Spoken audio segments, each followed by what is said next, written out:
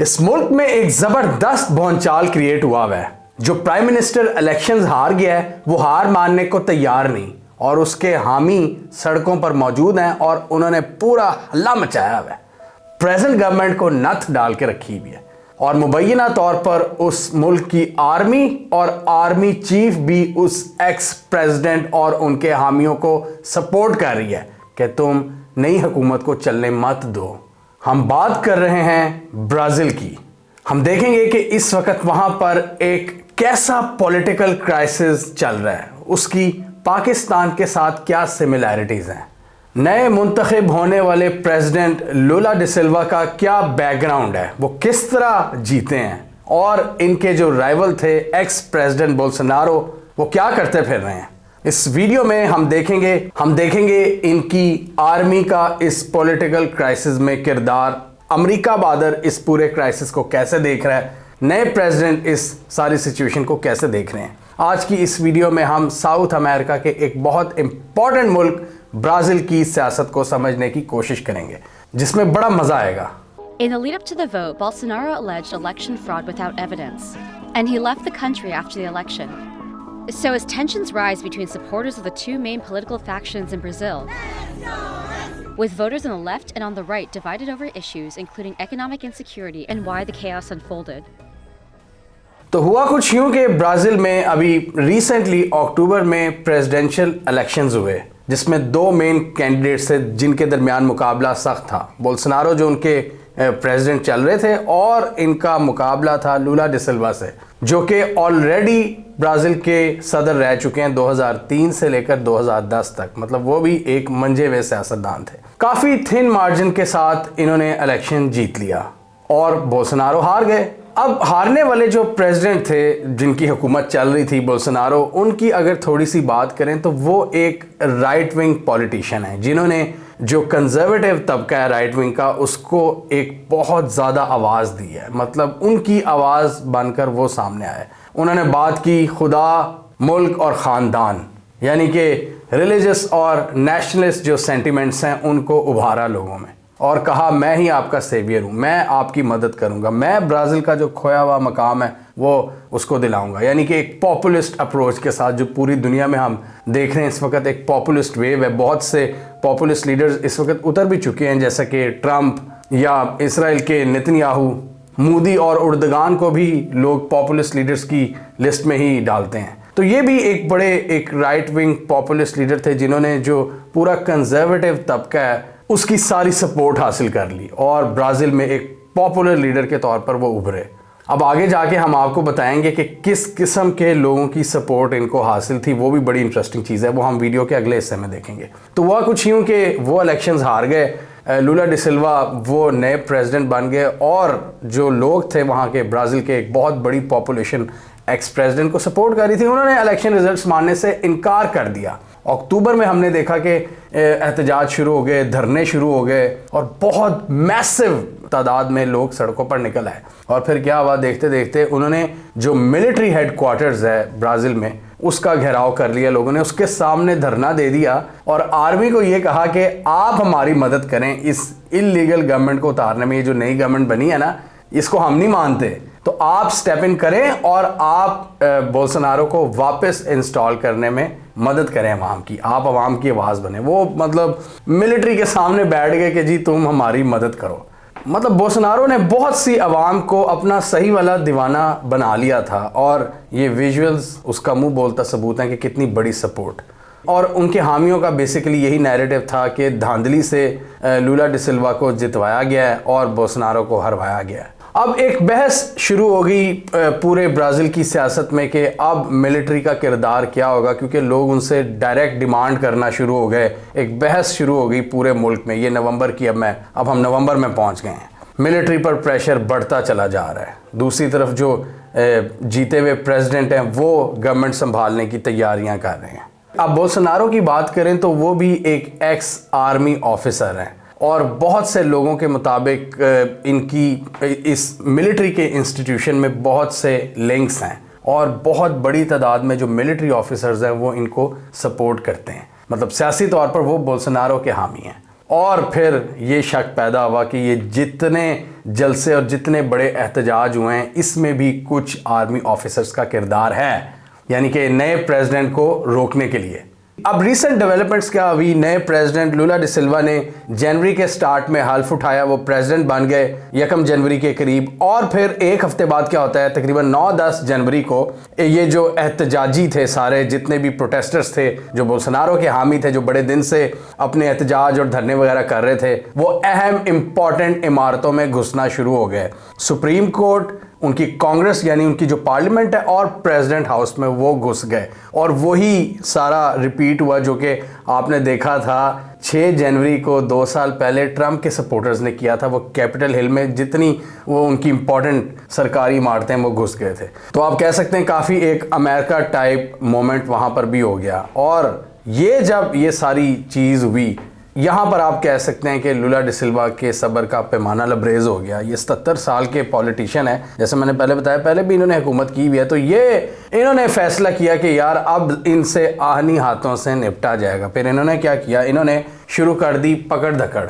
2000 से ज़ायद लोग इस वक्त गिरफ्तार हैं और उनमें बहुत से मिलिट्री ऑफिसर्स भी हैं जिनको लुला डी सिल्वा ये समझते हैं कि इनका भी एक बहुत बड़ा किरदार है इनको बैक करने में। और अभी जो ताज़ा खबर आई है 2 दिन पहले, वो ये आई है कि इन्होंने जो आर्मी चीफ थे जो अभी रिसेंटली तैनात हुए थे उनको हटा दिया उहदे से। उन्होंने कहा कि जितने बोल्सोनारो के हामी हैं जो मिलिट्री में इस वक्त मौजूद हैं उनको मैं एक एक करके निकाल दूंगा। और इस वक्त बहुत से हामी इनके ये कह रहे हैं नए प्रेसिडेंट के कि इनकी जान को भी खतरा है। कुछ नहीं पता कि जो प्रेसिडेंशियल पैलेस है या जो दूसरी जगह हैं वहाँ पर मिलिट्री के और बोल्सोनारो के सपोर्टर्स मौजूद हैं, तो इसीलिए वो कोई रिस्क नहीं लेना चाह रहे और जो सिक्योरिटी स्टाफ है उसमें रद्दोबदल कर रहे हैं। आर्मी में अपने मर्जी के बंदे लगा रहे हैं, आर्मी चीफ उनका मनपसंद उन्होंने लगाया है। तो आप कह सकते हैं ब्राज़ील में भी आर्मी पूरी तरह से सियासी हो गई है। और ज़्यादातर यही इल्ज़ाम था कि बोल्सोनारो के वो हामी थे और अब नए प्रेसिडेंट वो उनके लिए ये अनएक्सेप्टेबल हो चुका है। और जान के ख़तरे की बात उन्होंने ख़ुद भी की है। उन्होंने कहा अब हम कोई रिस्क नहीं लेंगे, हम जिसको 2 नंबरी करते देखेंगे उसको पकड़ लेंगे या फायर कर देंगे। फ़ौज को उन्होंने एक इनडायरेक्ट पैगाम भी दिया है, उन्होंने कहा कि इनफ इज़ इनफ। बेसिकली उनका ये मानना है कि ये जो उनके हसास इमारतों में ये एंटर हुए हैं लोग, इसमें सिक्योरिटी स्टाफ ने इनको क्यों नहीं रोका। और ज़्यादातर मिलिट्री के ऑफिसर्स के अलावा इसमें जो मिलिट्री पुलिस है उनका भी नाम आ रहा है और उनके भी कुछ लोगों को इन्होंने पकड़ा है। वो कह रहे हैं कि उनकी बैकिंग के बगैर ये इस तरह पेनिट्रेट नहीं कर सकते थे इन बिल्डिंग्स में, गवर्नमेंट बिल्डिंग्स में। और इसलिए फिर जो अहम नाम है वो पकड़ धकड़ शुरू हो गई है और 2000 से ज़ायद लोग इस वक्त अंडर इन्वेस्टिगेशन है।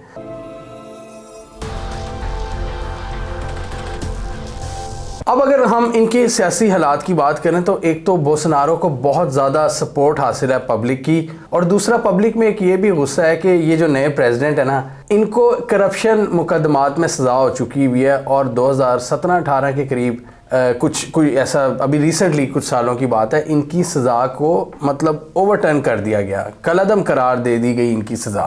अब इस वजह से भी लोगों को बहुत ज़्यादा गुस्सा है कि इतना मतलब इतनी हाइप क्रिएट की थी कि जी ये करप्ट हैं या इन पे इस तरह के मुकदमात हैं, तो इनको क्यों छोड़ा गया और फिर वो वापस प्रेसिडेंट भी बन गए। तो ये भी एक लोगों में गुस्सा है। बोल्सोनारो की तो हमने बात कर ली कि एक राइट विंग पॉलिटिशियन है। अब हम बात करते हैं इन प्रेसिडेंट की, लुला डी सिल्वा की, कि इनकी क्या टेंडेंसीज हैं। ये इनका ताल्लुक वर्कर्स पार्टी से है, तो ये एक सोशलिस्ट मिजाज के बंदे हैं, यानी कि लेफ्ट लीनिंग लिबरल।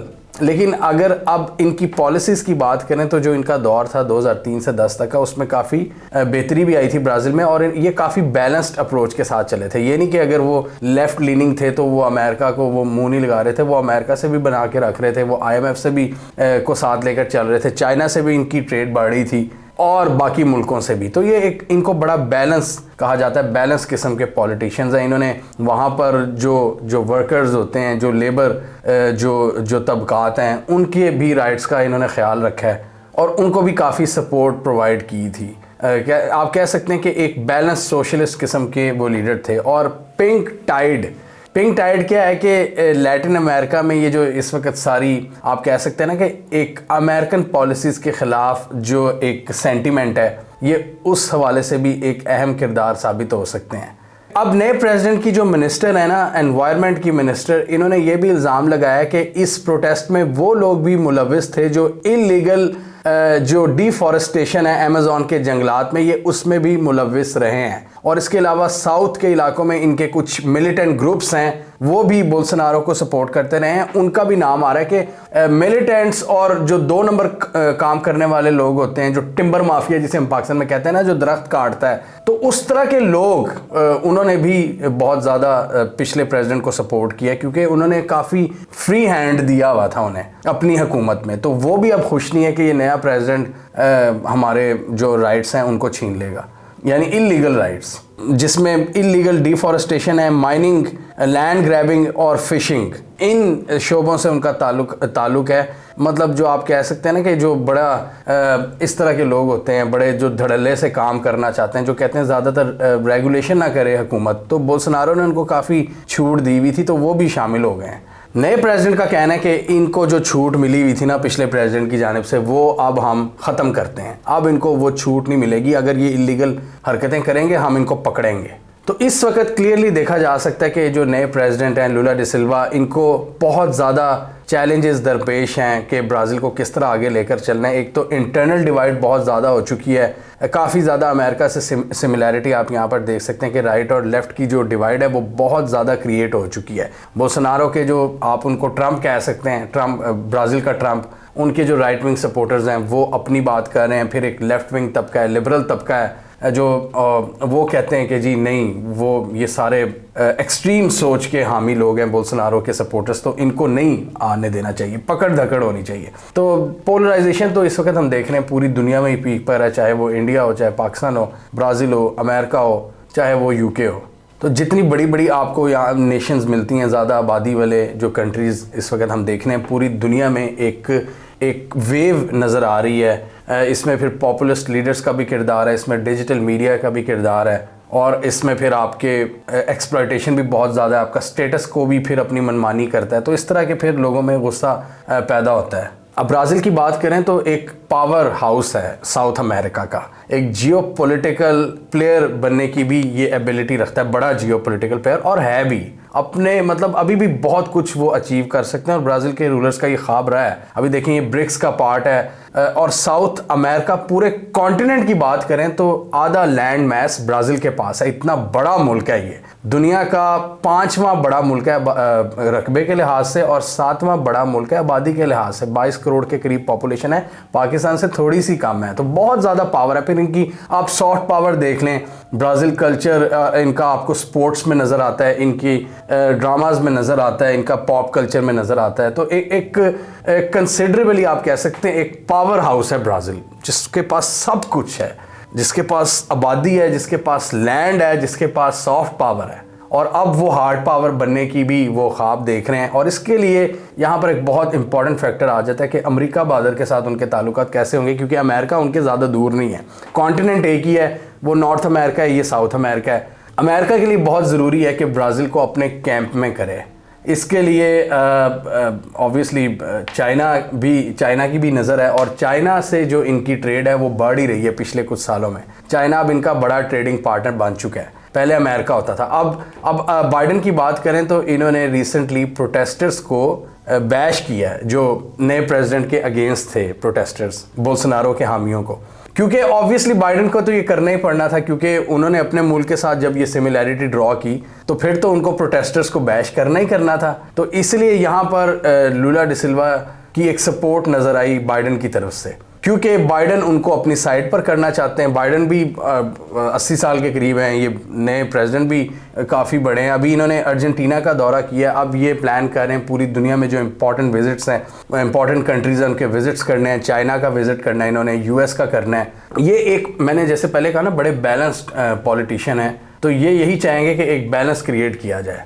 फिर आप देखें, अब ये लेफ्ट लीनिंग पॉलिटिशियन है, तो ये जो क्यूबा, वेनेजुएला जैसे कंट्रीज़ हैं, ये भी इनको हो सकता है, जो बहुत ज़्यादा एंटी अमेरिका हैं। आपको पता ना जो लेफ्ट वेव है सारी वहाँ पर ये साउथ अमेरिका में, वो भी अब अमेरिकन पॉलिसी से तंग आ चुके हैं, अमेरिका को ये सब आंखें दिखा रहे हैं। तो वो भी अब चाहेंगे कि लूला डी सिल्वा की शक्ल में हमें एक लीडर मिले जो हमें अच्छा लीड कर सके। लेकिन अब देखना ये है कि जो ये प्रेसिडेंट हैं ये किस हद तक अमेरिका को अकोमोडेट करते हैं या थोड़ी सी अपनी लाइन को लेकर चलने की कोशिश करेंगे कि नहीं जी, अमेरिका साउथ अमेरिका के रीजन में पॉलिसीज़ को डिक्टेट नहीं करेगा, ये साउथ अमेरिकन कंट्रीज़ ही डिसाइड करेंगे कि आगे किस तरह बढ़ना है। ये बहुत इम्पॉर्टेंट है इनका ऊपर आना, बहुत सी चीज़ें ये डिसाइड करेगा। क्या इन्होंने अमेरिका के साथ नथी रहना है जियो पॉलिटिक्स में या अपनी एक सिमत कायम करनी है। 80s में हमने 80s से ये अमेरिका और CIA वगैरह ने यहाँ पर काफ़ी मतलब गंद मारा था साउथ अमेरिका में। बहुत से हमें पता लगता है, पॉप कल्चर के थ्रू भी हमें पता चलता है कितना ज़्यादा अमेरिका घुसा था इस रीजन में।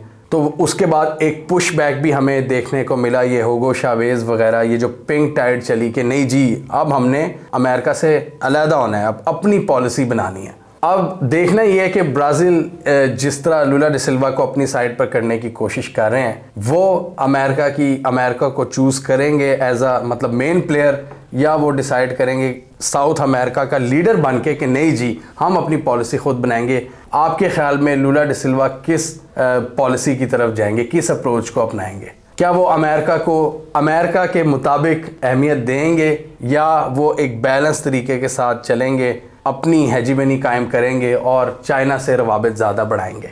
कमेंट कीजिए। इसके अलावा हमारा यूट्यूब चैनल सब्सक्राइब कर लें, साथ ही वो बेल आइकन भी दबा लें ताकि वो स्टोरीज दुनिया भर से पाकिस्तान से जिनकी मेन स्ट्रीम मीडिया पर प्रॉपर कवरेज नहीं होती, हमारे प्लेटफॉर्म के थ्रू आप तक टाइम पर पहुंच जाएं।